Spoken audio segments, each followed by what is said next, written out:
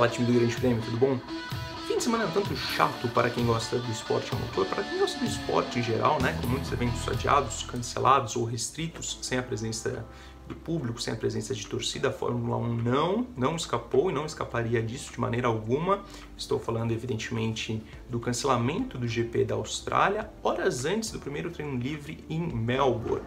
Isso que eu classifiquei, claro, uma palhaçada, um verdadeiro circo da Fórmula 1. Afinal, precisava levar todo mundo para a Austrália para saber que não daria para ter corrida por lá? Antes de desenrolarmos esse assunto de uma maneira geral, pediria, por favor, como sempre, para vocês curtirem, compartilharem, se inscreverem no canal, ativarem o sininho, mas também, por favor, deixem aqui embaixo nos comentários, na opinião de vocês, qual foi a maior palhaçada da história da Fórmula 1. Ai, Fórmula 1, eu gosto, mas às vezes é difícil defender você, viu?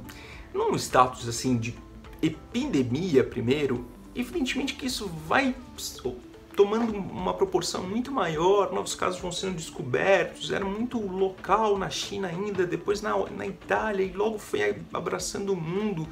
Tava muito na cara que não daria para ter esse controle todo. Antes mesmo do anúncio do cancelamento oficial do GP da Austrália, 5 mil pessoas já haviam morrido, 130 mil pessoas já haviam sido infectadas.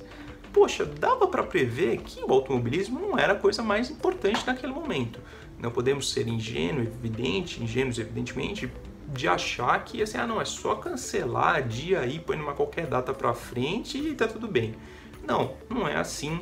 E a julgar pelo que aconteceu na Austrália, lendo o que o Grande Prêmio publicou, outros sites ao redor do mundo publicaram, havia um problema muito ali de quem iria pagar a conta por esse cancelamento. Se seria a FIA, se seriam os organizadores do GP, se seria o governo australiano, enfim.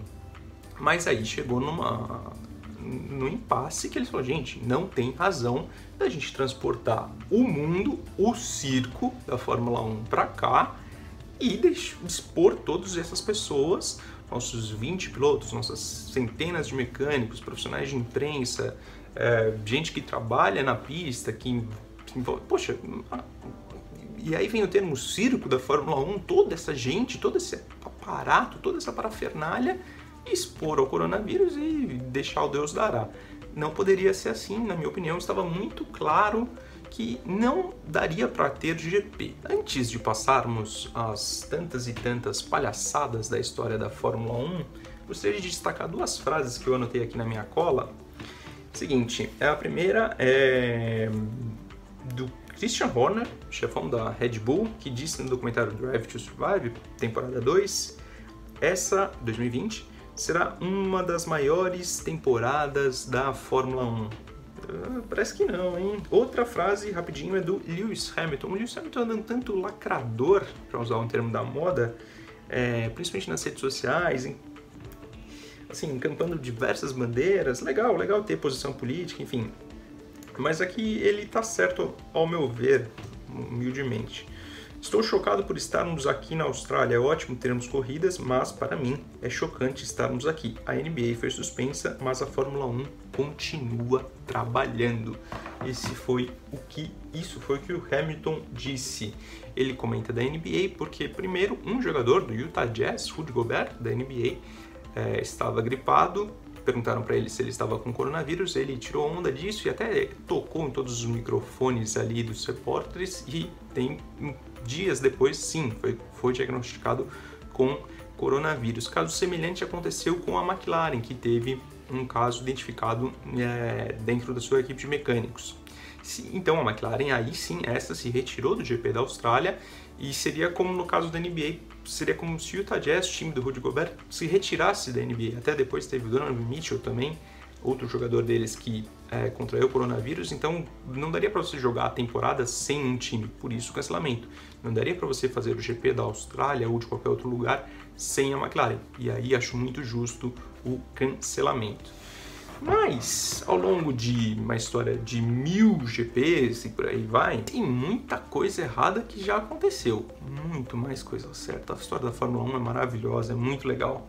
Mas queria ver com vocês as maiores palhaçadas, um tanto injusto com os palhaços também é cultura. GP do Japão 2014, morte do Jules Bianchi, era previsto naquele GP de 2014 um tufão no Japão, só isso, um tufão, vai passar um tufão no horário da corrida, tudo bem?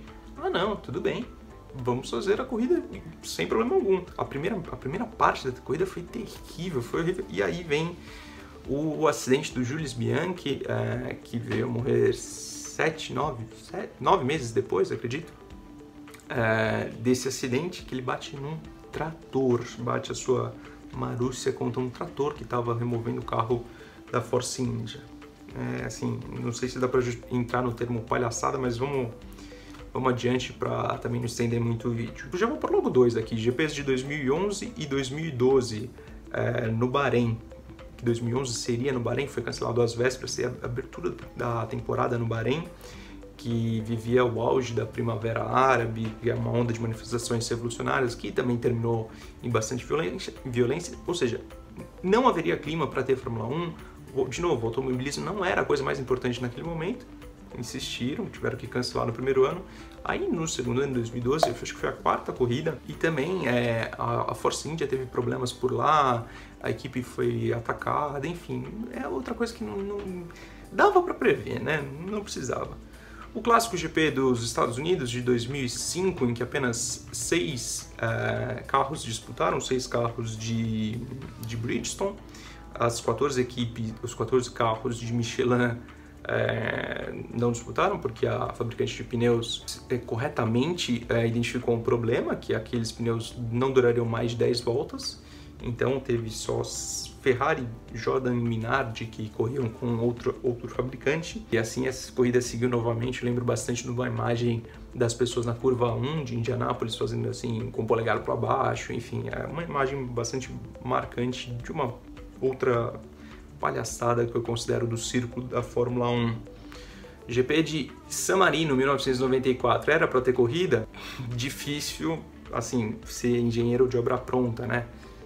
Evidentemente que os acidentes de Rubens Barrichello, o acidente do Rubens Barrichello já identificou, já deu um alerta muito grande do Roland Ratzenberger, então daí, na minha opinião, era para ter parado realmente, para não ter do evento, e dane-se os problemas de TV, patrocinadores, enfim, isso aí a gente arruma depois. Não era para ter corrida naquele fim de semana, que o Ayrton Senna acabou morrendo, todo mundo sabe, em 1º de maio. Mais para trás ainda, não é da minha época, mas evidentemente li bastante a respeito sobre isso, o GP da África do Sul de 1985, em meio a apartheid, a segregação racial, os bonitões da Fórmula 1, vamos ter corrida aqui normalmente. Não, é um problema mundial. Não é para ter corrida nesses pontos, nesses quesitos. E aí, a Fórmula 1 depois desistiu da ideia de correr na África, que daí também acho um erro, descobriu o mundo árabe, legal, bacana, mas seria importante desbravar outros continentes, outras pistas. A pista de Kellam era bem legal, tinha provas bem interessantes, mas o automobilismo, assim, é uma coisa que não é importante no continente africano, não era importante ainda mais nesse contexto de apartheid, de segregação racial. Bom, mas eu queria saber a opinião de vocês. Qual todos desses temas que eu citei, ou se por favor vocês lembram de outro, qual a maior palhaçada do circo da Fórmula 1? O que vocês consideram como a pior coisa que a Fórmula 1 fez na sua bonita história, repito aqui, de 1000 GPs? Tá bom? Até uma próxima. Tchau, hein? Se alguém acha que isso aqui não vai passar por uma vez. Valeu, tchau, tchau.